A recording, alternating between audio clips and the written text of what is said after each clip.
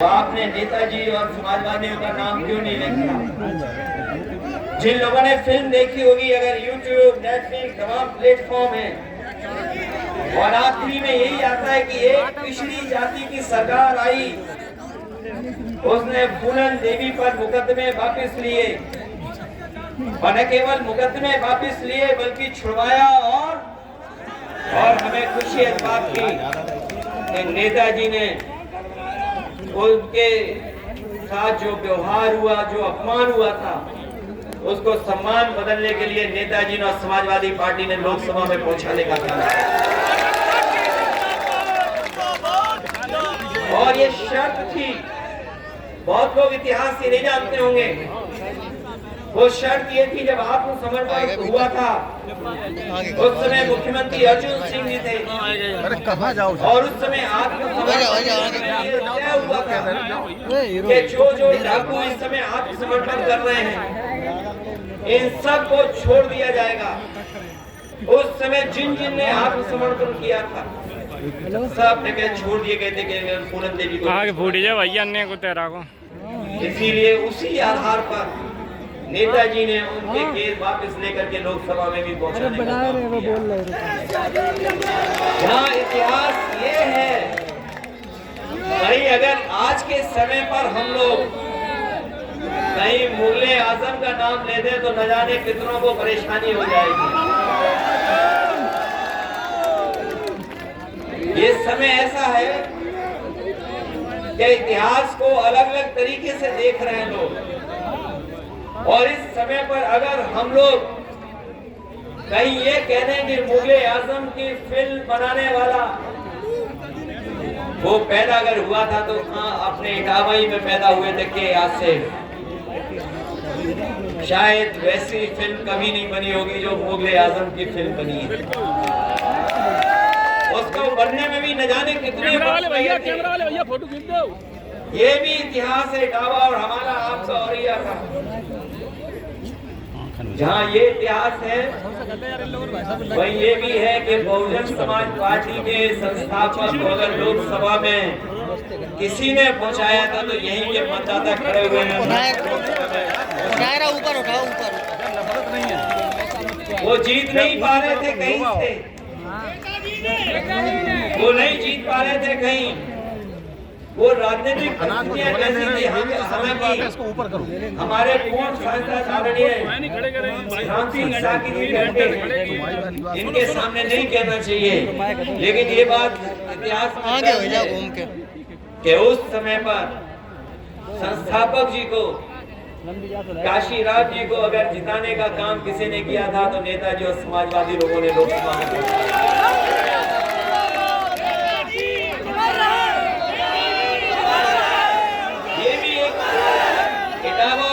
इतिहास है जहाँ पर डाकू होते थे, जाने क्या क्या इतिहास था वहाँ पर। आजकल कौन है? आजकल आवाज बब्बर शेरों की आती है।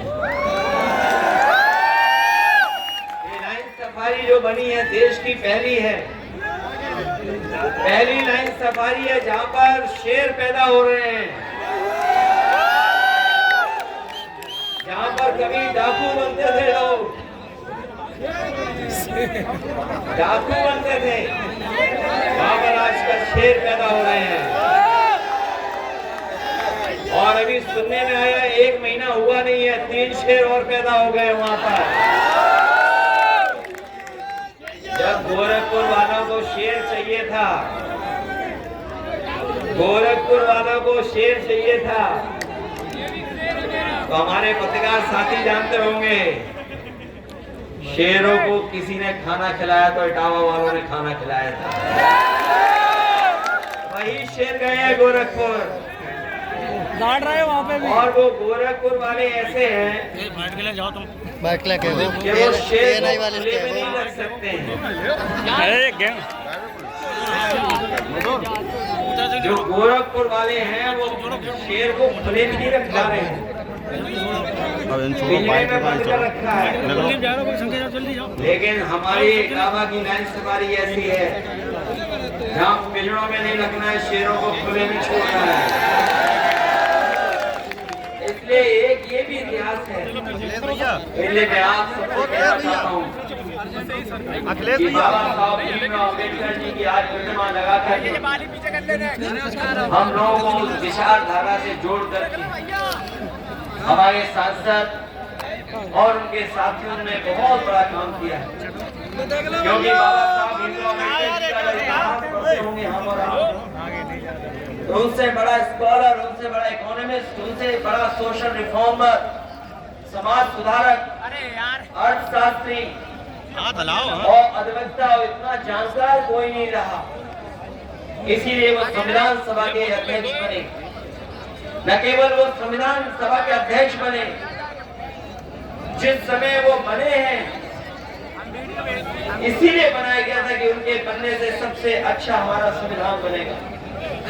और उन्हीं का योगदान है कि आज हमें दुनिया का सबसे शानदार संविधान मिला है।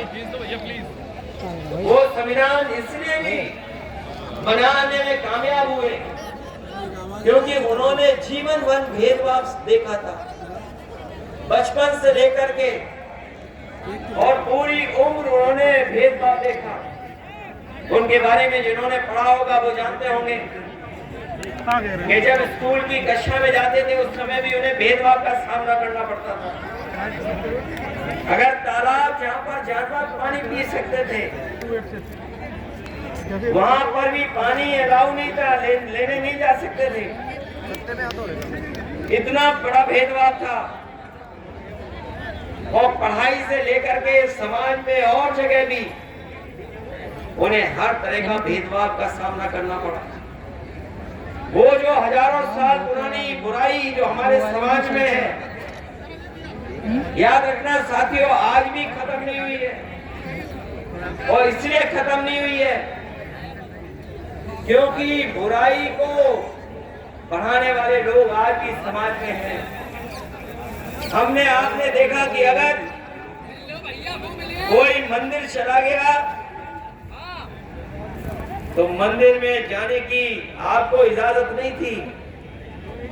बहुत सारे मंदिरों में कोई घुस नहीं सकता था, और अगर घुस जाता था तो उसे सजा मिलती थी।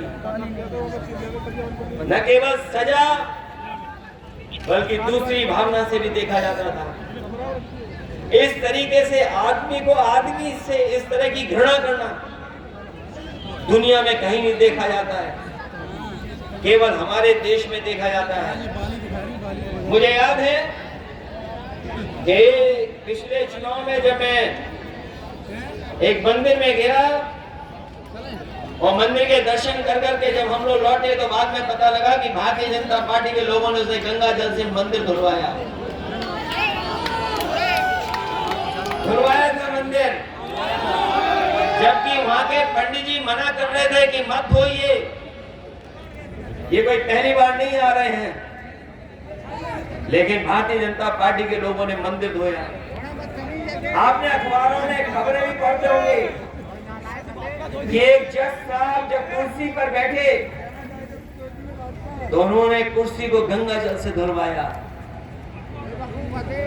इस तरह का भेदभाव आज भी हमें देखने को मिलता है। जिस मुख्यमंत्री आवास में न जाने कितने लोग रहे, जिस समय मायावती जी उस मुख्यमंत्री आवास में रहते थे, और जब मैं उस मुख्यमंत्री आवास में गया तो हम लोगों ने कभी गंगा जल से नहीं धुलवाया। लेकिन जब यही उत्तर प्रदेश के मुख्यमंत्री जो अपने आप स्टैंप लगा करके योगी बन गए हैं,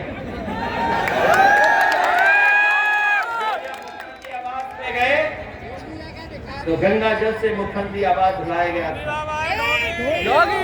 ये भेदभाव आज भी है। मैं सोच सकता हूँ, कल्पना कर सकता हूँ कि अगर हम लोगों के साथ ऐसा व्यवहार हो सकता है तो और हमारे जितने बहुजन समाज के लोग हैं उनके साथ न जाने कैसा कैसा व्यवहार होता होगा। और वो हमें देखने को मिल रहा है।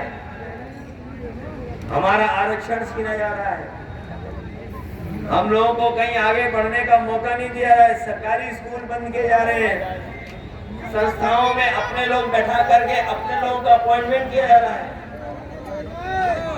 तो इस तरह का भेदभाव चल रहा है। और किसने किया था ये भेदभाव? कोई एक मन्नू महाराज आए थे, वही सब गड़बड़ कर गए। कोई मन्नू महाराज आए थे, उन्हीं ने सब गड़बड़ कर दिया।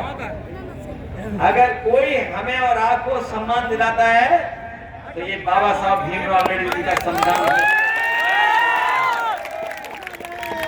ये हमारे लिए संविधान संजीवनी है।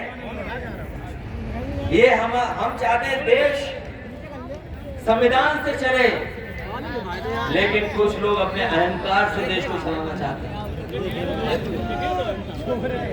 कुछ लोग संविधान को केवल कोरी किताब मानते हैं, संविधान को संविधान नहीं मानते हैं।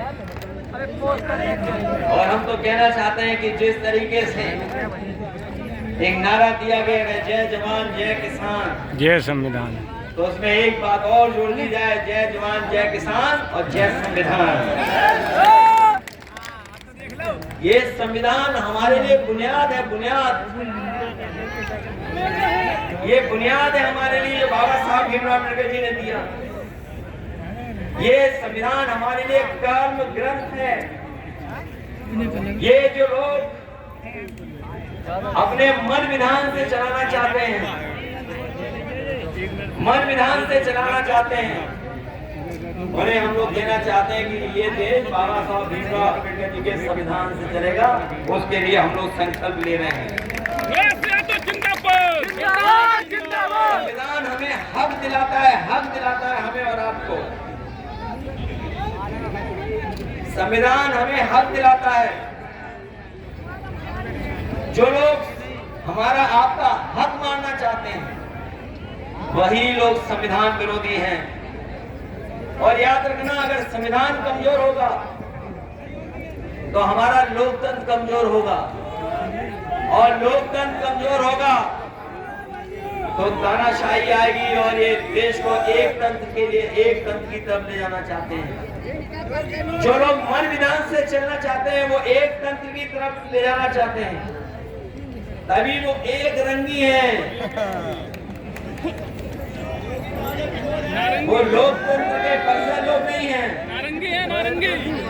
और याद रखना, जब कभी भी हमारे ऊपर कभी संकट आता है तो संविधान ही हमारा रक्षा कवच बनकर के हमारी मदद करता है। और संविधान ही हमारी ढाल है, और संविधान ही हमारी पहचान भी है। संविधान ही हमें सुरक्षा दिलाने का काम करता है, और संविधान ही हमें शक्ति देने का काम करता है। इसलिए संविधान को कोई भी ठेस पहुंचेगी तो हम समाजवादी लोग एक होकर के पीडीए परिवार की ताकत बनाने का काम।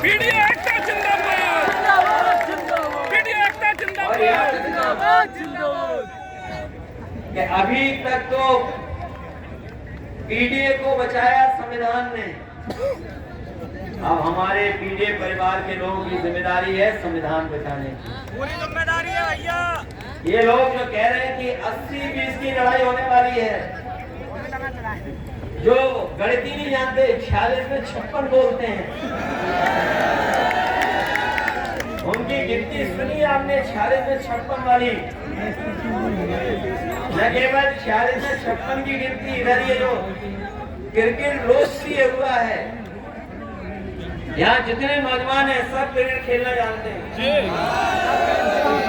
ये बैटिंग करना भी जानते हैं, बॉलिंग करना भी जानते हैं। लेकिन बताओ, हमारे मुख्यमंत्री जो कभी क्रिकेट खेलते हुए देखा है? उनका एक बार हमने भी देखा क्रिकेट खेलते हुए, और 3 बार टप्पा मारी तब भी मार नहीं पाए। और न केवल उन्हें क्रिकेट खेलते हुए हम लोगों ने देखा है, बल्कि हम लोगों ने उन्हें एक टांग पर खड़े होकर के योगा करते हुए। और कितनी बड़ी बड़ी बातें कर रहे हैं, सोचा कभी आपने? कितनी बड़ी बड़ी बातें कर रहे हैं कि देश को हम और प्रदेश को $1 ट्रिलियन की इकोनॉमी बना देंगे। जीरो नहीं पता ट्रिलियन में कितने होंगे। $1 ट्रिलियन जो बोल रहे हैं वो इसलिए बोल रहे हैं कि गरीब हमारा समझे ही नहीं कि ट्रिलियन क्या होता है। उसे लगता है कोई बड़ी चीज होने जा रही है ट्रिलियन। इसलिए मैं कहना चाहता हूँ ये धोखा दे रहे हैं और क्या कहते हैं कि अर्थव्यवस्था हमारी और आगे चली जा रही है। बताओ पूरा देख लो, सड़क के आसपास गांव गेहूं खड़ा हुआ है। बताओ कहीं कोई कीमत दे पा रहे हैं आज? और याद कीजिए यही भारतीय जनता पार्टी के लोग हैं जिन्होंने कहा था कि किसानों की हम आय दोगुनी कर देंगे। बताओ ये गेहूं लेकर के आए हो, क्या आय दोगुनी हो गई तुम्हारी? और आय दोगुनों का कौन सा हिसाब किताब लगाएंगे भारतीय जनता पार्टी?